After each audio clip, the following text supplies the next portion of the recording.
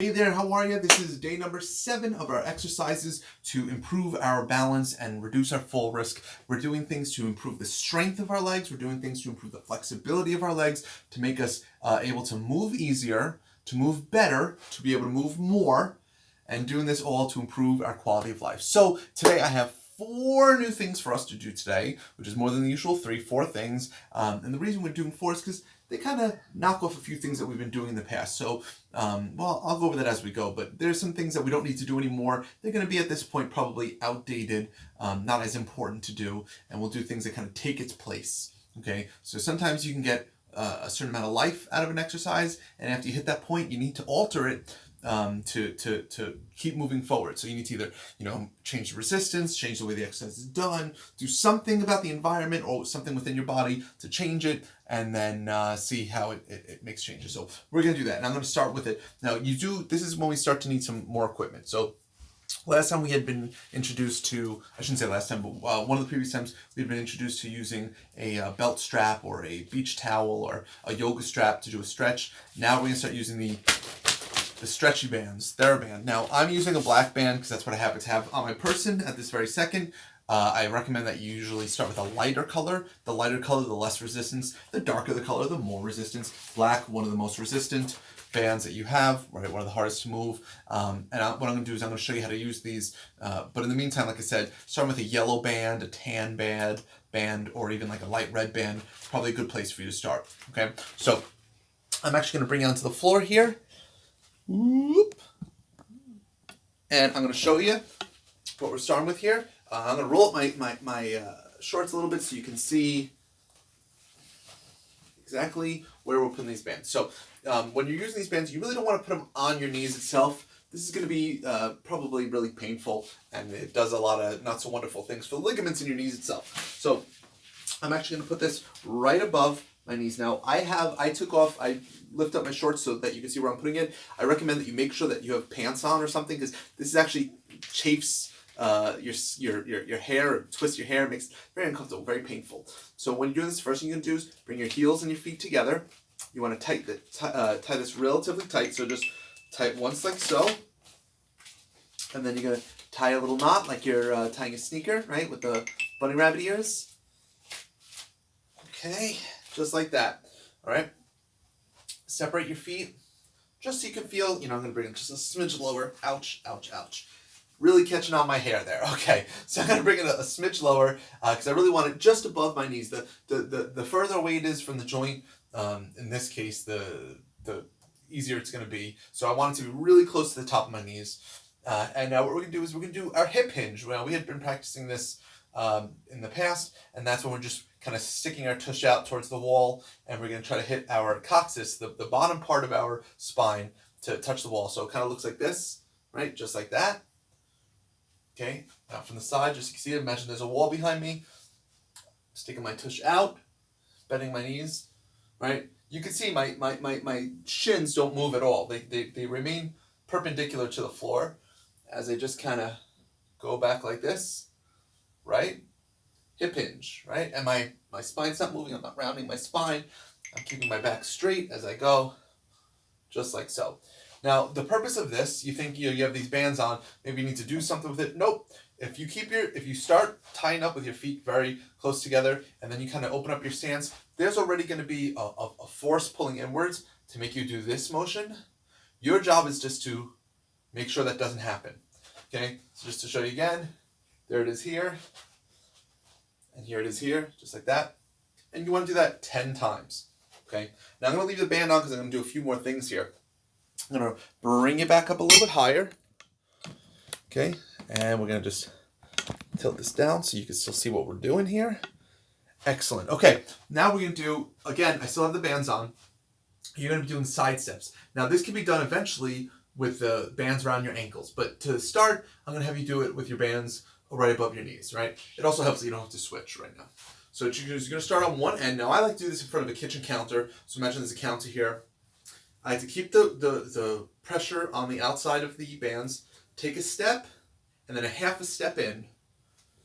Okay, so the reason you're never taking a full step in is you go all the way in, the band loses its resistance. So you really want to keep the resistance on the band the entire time, so it looks like this.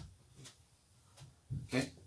And when you're doing this, there should be no motion in the upper body, right? From my belly button up, you shouldn't see anything. You shouldn't see me, I should say it this way. You shouldn't see me rocking like this, right? And you shouldn't see me turn my feet as we're doing this, right? This is no good. It's got to be feet facing forward, hips facing forward the entire time. Now, last time we call these your hip headlights, okay? And that's exactly what you're doing. You're using your hip headlights just to go side to side, keeping them straight, right? 90 seconds. If you're doing this correctly, you're definitely going to feel some muscle soreness, right, around the sides and the back of your tush, right? It's good, not a bad feeling to have there. The next thing you're going to do is something called monster walks. So this is kind of almost like working on the way you walk, but it's a very, very great exercise to strengthen the muscles of the hip using the same band that we have on. So again, I'm going to leave the band right where it is. Bring it down here again. Just move this chair so it's not in our way. Let me use that chair for the next thing here. So if you've been doing the side stepping, now you can do the side stepping with the bands. If you were doing the hip hinge, now you're doing the hip hinge with the here. Let's turn this here so it's straight view. If you're doing the hip hinge, now you're doing the hip hinge with the band. This is a new one altogether. It's called a monster walk. So what you're gonna do is you're gonna step on a diagonal, not straight forward, not out to the side, on a diagonal, heel down first, and then step forward, just like that. Okay, that's what it looks like. I'm gonna show you again. Okay. Now when I'm doing this, all my work, the work is not coming from the leg that's moving. Like I'm not stretching out here. You can see I'm not landing on this foot. I'm really pushing off the back leg and then kind of coming to. Pushing off this back leg. Pushing off. The back leg is the one that's doing all the work. And the other thing you can see is my knees aren't straight. I'm not straight. I'm not walking. It's not this. I'm very much in what we call an athletic position, which is where I'm in a half or a quarter squat, which is where my knees are bent a little bit. My hip is back a little bit. Almost like you're catching me in the first part of that hip hinge right here. Right? So I'm in this position here, and I'm staying in that position the entire time. Now these are called monster walks. So you can imagine, what does it look like I'm doing? It looks like I'm creeping up on someone. Okay? Just to show you what it looks like from up here. Got this thing a little twisted. Okay? Okay? Diagonal. Diagonal. Diagonal. So just like that. And that one I would say you do again for 90 seconds. All right, so now that's 3 exercises that you can do. 2 of them are kind of like, bringing the new ones, making them a little more difficult. The monster walk is definitely a new one, a great one to do. Making sure that your heel's hidden first when you're doing it. It's important when you do this. But this is a great exercise again for the hips, specifically the sides and the back of the hips. You can hear that's something you hear over and over and over again with me, is that we're trying to strengthen the sides and the back of the hip. The last thing I'm going to show you here is going to be a sit to stand, or I should say, instead of doing sit to stand, we're going to be doing stand to sit. Okay, so we've been working on improving the power of your legs with these exercises. This is going to be doing something a little bit different. So I like to do this where I can hold on to something, because I think if you can do this without holding on, well, maybe you don't need to do it. But we'll see. So I'm going to show you how to do this one. So what you would do is you'd start from a standing position and you're going to sit down. Right? You want to make sure that the knees are being bent, the hips are being bent as you're going up and down. So it looks like this. Okay? So if I'm here, if I have my hands on something, right, we can just pretend my hands are on something here. I'm sticking my tush back, my knees are bending, going slowly, and then I'm sitting. Nice and simple. Okay? Okay, here. Okay, if I'm not holding on to something, it looks like this. Right? From the side. Okay. I'm going to move this back a little bit. I want you to see. Okay. Looks like this.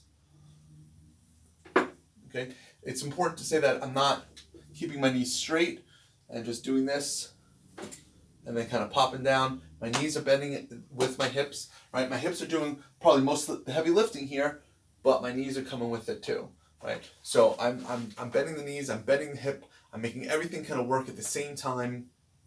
And something important that we need to do is make sure that the thighs, the quadriceps are working, make sure that the glutes are working at the same time. So it kind of plays into a lot of the exercises. You're seeing a little bit of maybe some similarities between exercises now. What we're trying to do is make things functional, make things work for you, so that your body works a little better, so that you get a little stronger, so that you're able to move a little safer. So there you have it. This is day number 7, I believe it was, with these exercises. If you have any questions, you can always reach out to me, 646-733-4737, or you can reach us at www.thetravelingpt.com. Again, my name is Dr. Daniel Davids, PT, from The Traveling Physical Therapist. If you have any questions, you know what to do. Thank you very much. Have a great day.